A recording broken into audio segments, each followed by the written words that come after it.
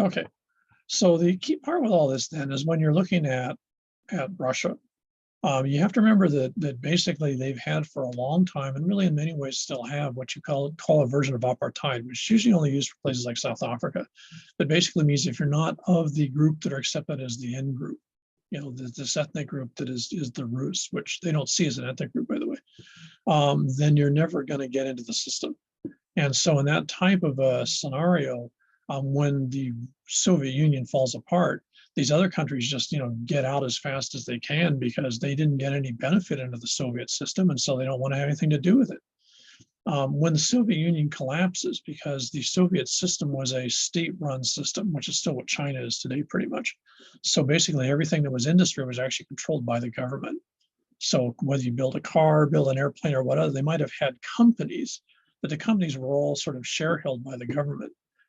So when the Soviet Union collapses, what happens is folks that were either in positions in the government that pops up after that, or in some cases were just the folks that were in charge at the time the collapse occurs, basically jump in and take over those industries. So the end result is by the time the dust settles in the early 1990s, you've got originally about 15 or 20 what they call oligarchs, which are just folks that own not only enormous amounts of the Russian infrastructure in terms of factories and retail and hotels and all the rest of that stuff, but also in many cases, given the fact that it was controlled originally by the country, by the government, they end up basically on a monopoly. So you end up in monopolies, for example, of what's called Gazprom, which is the gas and oil, huge company in Russia. It was basically run by one guy, and he owned it, for lack of a better term. And so what happened is everything in the post-USSR, in other words, in the state of Russia, is owned by one or more of these oligarchs. And they had enormous power because almost all of them, if you're the guy in charge of electricity and it's winter and the government gives you crap, you just basically shut down the electricity and all of a sudden everything's, popsicle. So these oligarchs basically, because of the monopolization power they had, could pretty much do whatever they wanted to and weren't really under any government control. It was really sort of a case of what you might call corporate anarchy in much of Russia. And this persists for about 10 years or so. Putin, who originally was one of the senior guys in the KGB, the Secret Service, their version of NSA, basically, comes to power. And his first agenda is to basically grab hold of these guys and basically, sort of cut them off at the knees. And he's still involved in this process now because, of course, you had to be very careful. You had to somehow, take power away from these guys without making them aware that you were going to do that. Otherwise, they could just make the whole system collapse. So it's a very complex dance that's been done from the 1990s on in Russia as the government tries to regain power over these sort of monopolistic, robber baron types that would have been very, very familiar, say, in the late 19th century in, say, the United States or in Europe, where you got these, private corporate interests that basically control whole chunks of the world. And so in that situation, what happens is Russia and Putin and the government have to be very careful of the outside. The outside's very interested in these oligarchs. These oligarchs, spend a lot of time and interest in the outside because the more they can get involved in foreign investment, foreign capital, the more they can sort of protect themselves. So end up in this really complicated dance that's still going on between foreign groups that want to have, investment or control or something in part of the Russian economy. These guys that there's still a few around that basically still want to rule their own sort of world. And then, of course, there's the Russian government that wants everything to go back to, because again, Putin was part of the USSR, wants to go back to a system where government's in charge. And all the system is sort of running parallel simultaneously and not very well, to be honest. Now, one of the ways that Putin decides to deal with this whole sort of oligarch corruption, system is to basically ramp up the ultranationalist. So what he does is he starts pumping up this whole idea of the Rus. The only true Russian, the only real Russians are the white Russians, are the Rus Russians, and they've got to take their country back. And this becomes an enormously power leverage tool that he uses against the oligarchs. Some of them get assassinated, some disappear, and a lot of that's put it at the feet of these ultranationalists. And then Putin also uses these same groups basically as ways to acquire territory that had been part of the USSR that was lost when it became Russia. So rather than using the Russian army, for example, to invade neighboring areas, you said groups of ultranationalists, you sort of go, hey, well, why don't you go over to this guy's property and take it? Because it really should belong to you because you're Russian. And this is how you lose the Eastern Ukraine. This is how Crimea disappears. This is how a lot of regional areas have become. This becomes part of a major part of Russian policy, rather than taking your neighbor's property back by virtue of invasion. What you do is you basically send in folks who technically live in that country, but see themselves as Rus. Because you have to remember, under the USSR, policy always was that you exported folks who were ethnically Russian into these other areas because you didn't trust the locals. And so a lot of those folks, when Russia, when the Russian system, when the USSR collapses, a lot of those folks are stuck in these other countries. And at that point, they suddenly become a minority who doesn't have power, because now power is, if you're Ukrainian, now power is with Ukrainians. If you're Moldova, the power is with the Moldovans. So these folks who see themselves or identify themselves as Rus find themselves in a position of being a minority who suddenly find themselves powerless after 70 years of being in charge. Not surprising, it's real easy to ramp those guys up. And this becomes Chechnya, this becomes the Ukraine, this becomes Georgia, this becomes all these areas that you see that are in turmoil on the fringes of the Russian state, are in large part intentionally designed by the Russian state to make this happen. Now, to finish up, you have to remember that Russia has two really, really, really massive problems that they've never been able to get control of. And these were massive problems under the entire period of the USSR. So they're not recent. They actually go back at least 70, in some cases over 100 years. In fact, corruption in Russia has been around for hundreds of years. What happens, though, is under the USSR, when you have the state government running everything, is that the organized crime, for lack of a better term, which is usually called the Russian mafia, actually forms very organized, oftentimes based on military units to retire control of all sorts of parts of the Russian economy.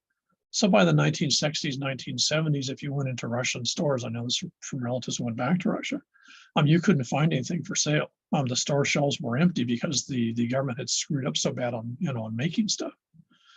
So there'd be no toilet paper, for example, or no bread. On the same hand, what you'd find is there are actually factories making this stuff, but by that time, so much of it disappeared into illegal marketing activity that if you went into a store and you couldn't find something, you could go down to a street to someone you knew and you could buy all the toilet paper you wanted, you could buy all the bread you wanted out of the back of a truck. So none of that money none of those products ended up in the stores. None of the products were sold in the stores, which means the government didn't get any money from taxes or anything else in that.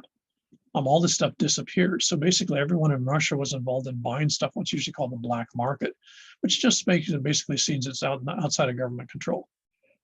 So by the 1960s, 1970s, in fact, way before that, pretty much everything that you bought and sold in Russia or the Soviet Union or even Imperial Russia was done through illegal, black market, channels.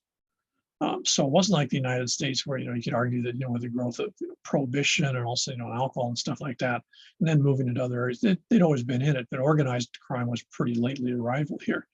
In Russia, it had been a way of doing business for ages. Now, when the Soviet Union collapses, then not surprising when you end up with sort of this case of, sort of economic anarchy, is this Russian mafia black market thing just becomes absolutely dominant. Putin's had very little success in getting rid of this because it's so institutionalized. No one really trusts the alternatives, I suspect. I'm not really too sure. You'd have to go see someone else actually look in more detail. But it's a whole fascinating area, is the absolute power and authority of the Russian mafia, especially because many of these groups actually portray themselves, in many cases, actually see themselves as ultranationalists. So it's very complicated. If you're the Russian government, you want to stomp down on the black market. That's entirely very sophisticatedly organized by the Russian mafia. On the other hand, those same guys are in many cases the ultranationalists that you're arming, giving tanks to, giving all sorts of stuff to, because you want them to go, shop out trouble somewhere else. So it makes it a very sort of paradoxical situation that if you're the government, you're not really sure how much you want to dump on these guys because they're really useful. And if you're Russian, it's very hard to dump on them because you're not sure how much stuff is going to be in the stores next week if you suddenly just cut these guys off at the knees. So Russia's an incredibly complicated place, and I'm not really sure anyone, including most Russians, really knows what's going on. Now, one of the sort of surprising side effects of this is the birth rate of White Russians is really, really low.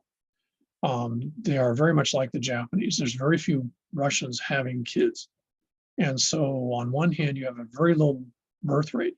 You also have, compared to other countries, an incredibly high mortality rate.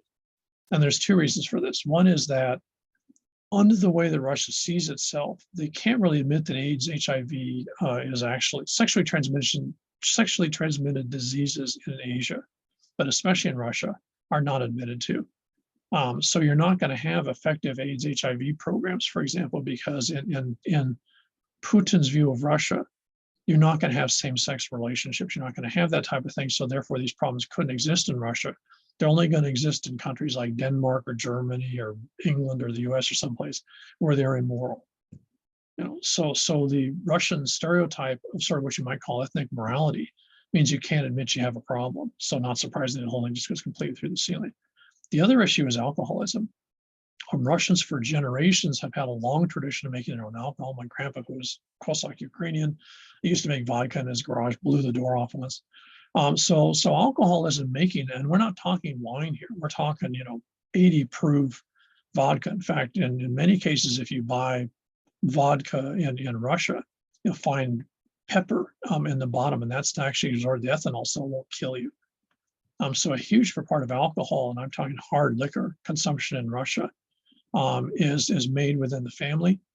And not surprisingly, what happens is that ends up being detrimental. It's very typical in Russia for little kids by the time they're 3, 4, or 5 to be in little shots of vodka.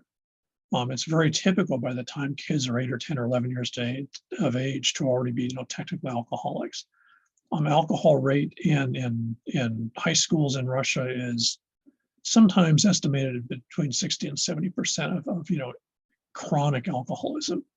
One of the side effects of this, of course, is if you have chronic alcoholism from a young age, is your attack on your various organs and just behavioral patterns and stuff is just completely off the charts. This is one of the main reasons you have such a high mortality rate in Russia is just incipient alcoholism. It's just completely off the charts. And the government can't do anything about it because it's considered part of being Rus is to consume vodka. So it's so much a part of their world they can't identify without it, basically, for lack of a better term. Drugs also is a part of this. Not surprisingly, if you're in the black market in the Russian mafia, you're going to market and make money off everything you can. It's just to control so much of the system, and there's so little control over them that what you're going to get is drugs just become incredibly easy to acquire, and there's basically no system of stopping drug distribution. Most of your police forces in most of Russia are actually, for all technical purposes, are just a branch of the mafia. It's very typical, even in Moscow, to be able to purchase any drug you want by stopping a troll car. So, in that situation, who's going to watch the watchers, you might say?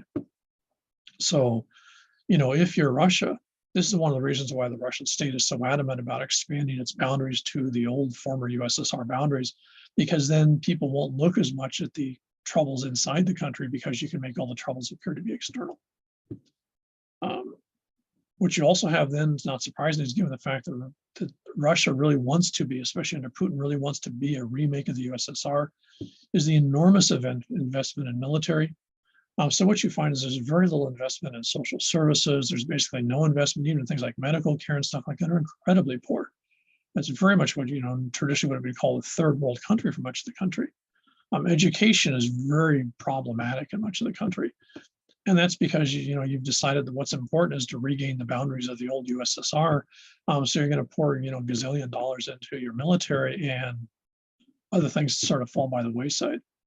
One of the side effects of all of this, between the ultra-nationalists who have easy access to money, not surprisingly, the oligarchs, and then, of course, the government officials and everyone involved in sort of this system, this sort of underground system, is there's a staggering gap between the wealthy and the poor.